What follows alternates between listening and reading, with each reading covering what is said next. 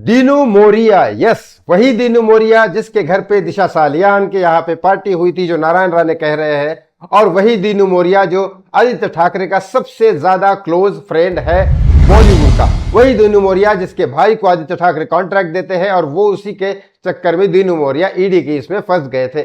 वही दीनू मोरिया जहां पे सारी चीजें होती है, ड्रग्स वर्क सारी चीजें होती है, ये नारायण राणे कह रहे हैं। वहीं पे दीनू मोरिया दिशा सालियान की पार्टी वहां गई थी, वहीं से उसने फोटोज निकाल के अपने घर पे गई और वहां पे उसका मर्डर किया गया, जो नारायण राणे कह रहे हैं। उसके बाद ये सारे के सारे लोग, जो 5 लोग नारायण राणे ने नाम लिए, वो दीनू मोरिया के घर पे पार्टी चल रही थी। वही दीनू मोरिया जिसका फोन लोकेशंस भी मैच हो रहा है दिशा सालियान और सुशांत सिंह राजपूत से रिलेटेड, जो राशिद पठान खान साहब की PIL में दर्ज है, जो नीलेश ओझा जी कह रहे हैं। और ऊपर से सबसे बड़ी बात, रिया चक्रवर्ती 8 जून की पार्टी में वहां पे थी और 9 जून को सुबह दीनू मोरिया के घर से ही निकलती है, जिसके फोटोज आप देख रहे होंगे। वो दीनू मोरिया ने अपना गुनाह कबूल कर लिया है। यस, वही बता रहा हूं आपको पता है 1-2 महीने पहले के करीब दीनू मोरिया खुद प्रधानमंत्री मोदी जी को जाके मिले। क्यों मिले?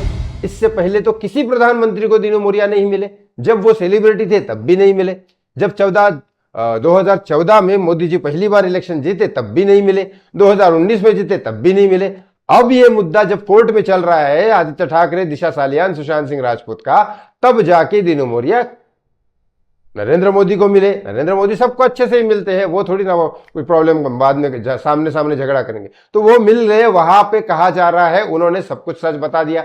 उसके बाद मोदी जी ने कहा एक काम करो, CBI तुम्हारी तरफ भेजने की जगह EDS, पूरा सोर्स कह रहा है, मैं आपको बताता हूं, मैंने आपको बताया मोदी जी के वहां पे भी सुशांत सिंह राजपूत के फैंस है, वहां से ही मुझे भूख हड़ताल पे लड़की मिलने आई थी, वहीं से बता रहा हूं आपको स्ट्रेट सीधा।